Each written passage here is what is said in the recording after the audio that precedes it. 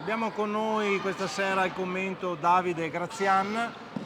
Insomma, l'abbiamo presentato come un derby. È stata una partita molto tosta, molto difficile, molto tirata, ben giocata, soprattutto al primo tempo. Cosa è mancato? È un po' la difesa, la lucidità, Ah, soprattutto la lucidità, soprattutto anche nel secondo tempo questo problema. Però siamo giovani, possiamo migliorare. no, beh, quello senz'altro. Effettivamente gli ultimi 2 minuti forse un po' di calo di tensione c'è stato. Esatto, Però un primo tempo giocato molto molto robusto da entrambe le formazioni. esatto. Sì, Sì, sì. sì. Il nostro mister, quello di casa, ha fatto girare la panchina, forse